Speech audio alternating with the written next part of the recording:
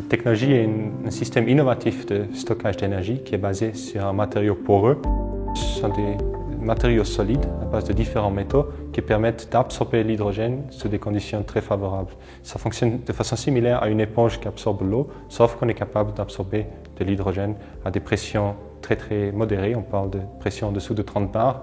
Et ceci nous permet de stocker l'hydrogène de façon très dense, sans danger, puisque une explosion est impossible vu la nature physique du système de stockage, et aussi à des coûts très avantageux par rapport aux technologies compétitives.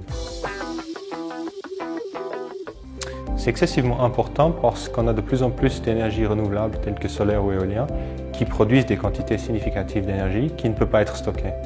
Et les techniques conventionnelles telles que les batteries au lithium ou les batteries telles qu'on les connaît dans les ordinateurs ou les téléphones sont excellentes pour stocker de petites quantités d'énergie, mais dès qu'on veut stocker de l'énergie à large échelle, on se heurte à certaines limites. Et la technologie qu'on développe permet justement d'être complémentaire aux batteries conventionnelles, mais de stocker de très grandes quantités d'énergie.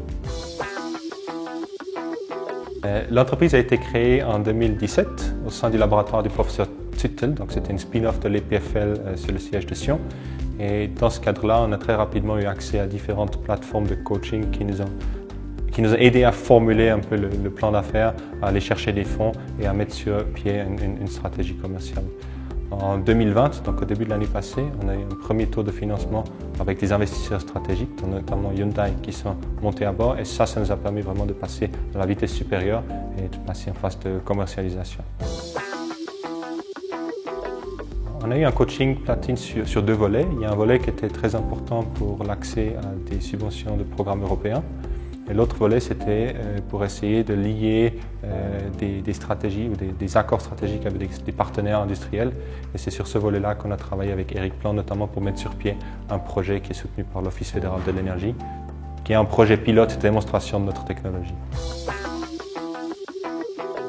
L'avantage du coaching platine, c'est qu'on a accès à des gens qui ont des années et des années d'expérience et qui en quelques minutes peuvent nous faire gagner un temps considérable, notamment sur la façon de créer des accords stratégiques, sur comment approcher des partenaires potentiels, quelles sont les personnes à qui est-ce qu'il faut parler, etc., etc. Donc il y a une partie networking qui est extrêmement importante ou intéressante dans le coaching, et puis aussi la partie, disons, partage d'expérience et puis conseil sur le processus à suivre.